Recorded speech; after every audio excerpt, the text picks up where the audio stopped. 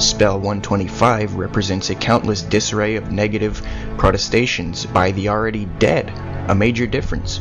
From a Christian worldview, it is not very surprising that many ancient cultures adhere to similar moral law code systems.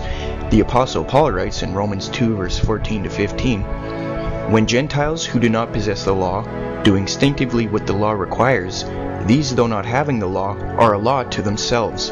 They show that what the law requires is written on their hearts, to which their own conscience bears witness." In other words, there is a universal moral law in the hearts of the Gentiles or non-Jews, implying that all humans deep down have a common concept of what is morally right and what is morally wrong.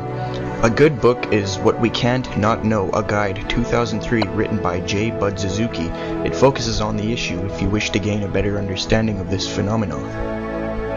They then go to Justin Martyr, who was an early church father and a Christian apologist. He says, quote, "When we say that Jesus Christ was produced without sexual union, was crucified and died, and rose again, and ascended to heaven, we propound nothing new or different from what you believe regarding those whom you call the sons of Jupiter," unquote. Justin Martyr, First Apology. Here Justin is not admitting parallels, he is talking to the pagans, making it look as though there were parallels to avoid persecution from the Romans, since Rome did not object to paganism. As I have already demonstrated, the supposed parallels aren't even parallels, and Justin knew this. To prove Justin knew it wasn't true, listen to the following passage, quote, "But in no instance, not even in any of those so-called sons of Jupiter, did they imitate the being crucified, for it was not understood by them, all the things said of it having been put symbolically," unquote. There he admits there is no crucifixion. The historian must apply that to the quote Zeitgeist notes, where he is trying to avoid persecution from Romans by saying crucifixion was common. Then they bring up the following from Justin, quote, "And if we even affirm that he was born of a virgin, accept this in common with what you accept of Perseus." In regard to this quote, Dr. John Gresham Machen of Princeton writes, quote, "When Justin refers to the birth of Perseus as a birth from or through a virgin, he is going beyond what the pagan sources contained. There seemed to be no clear evidence that pagan sources use the word virgin as referring to mothers of heroes, mythical or historical, who are represented as being begotten by the gods," unquote. In regard to the last quote, which reads, "For when they say that Dionysus arose again and ascended to heaven, is it not evident the devil has imitated prophecy?" Here Zeitgeist misunderstands Justin. Zeitgeist claims, quote, "The devil had the foresight to come before Christ and create his characteristics in the pagan world," unquote. But according to Justin, Satan didn't anticipate Christianity by looking into the future. He tried to copy from the ancient Hebrew prophets, and according to Justin, Satan misunderstood the prophets. Notice that Justin says that the devil has imitated prophecy. We can see that Justin doesn't really have the devil looking into the future to copy Christ at all. He has just imitated prophecy from the old prophets, according to Justin. So Zeitgeist is false when it says the devil had foresight. Also, the supposed resurrection of Dionysus is post-Christian and from the 2nd century. Justin was writing in the 2nd century, so he most likely was not referencing pre-Christian sources or belief, just current post-Christian belief.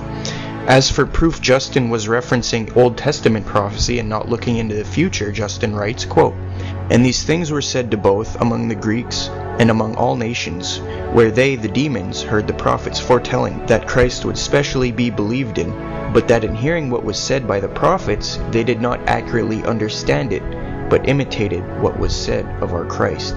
Like men who are in error, we will make plain." First Apology. Zeitgeist misunderstands Justin and doesn't apply proper context. They then bring up Joseph of the Old Testament saying, quote, "Joseph was a prototype for Jesus," and then proceed with listing supposed similarities. Let's examine their points. Miracle birth. Only in the story of Jesus is the birth by a virgin, and is the child considered divine. 12 brothers, 12 disciples. Zeitgeist plays word games to trick the viewer into believing there is an actual parallel. However, Joseph was one of 12 brothers, which means he only had 11 brothers, while Jesus had 12 disciples. Jesus was not one of the number of disciples, while Joseph was one of the number of of the brothers, so this is not a parallel. Sold for 20 and 30 pieces of silver. Judas did not sell Jesus, he betrayed him for a price. Joseph, on the other hand, was sold as a slave. Judah and Judas suggest a sale. As previously pointed out, Judas did not sell Jesus. In the story of Joseph, Joseph is sold as a slave. Such behavior is not scholarly, nor is it conducive to those who are looking for any kind of honest assessment.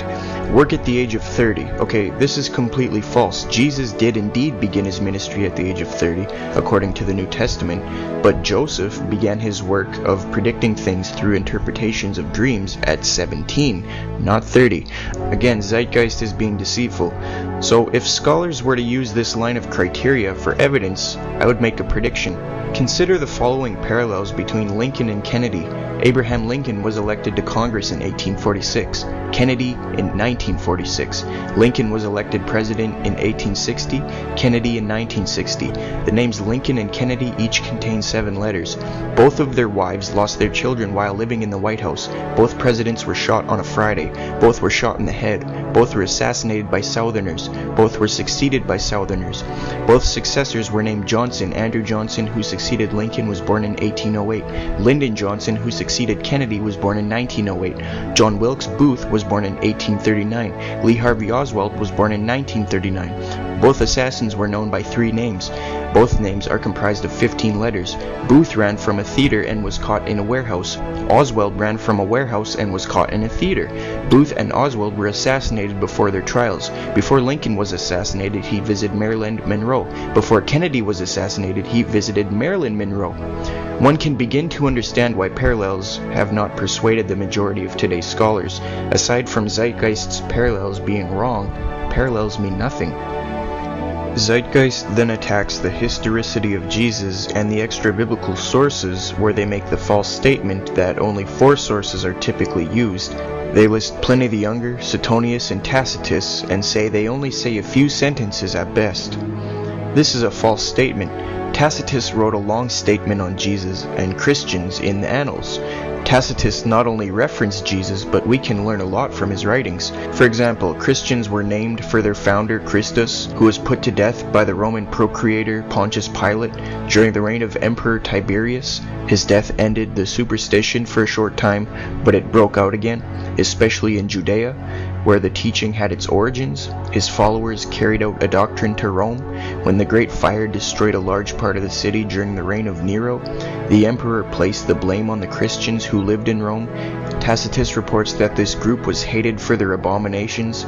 These Christians were arrested after pleading guilty, and many were convicted for hatred for mankind.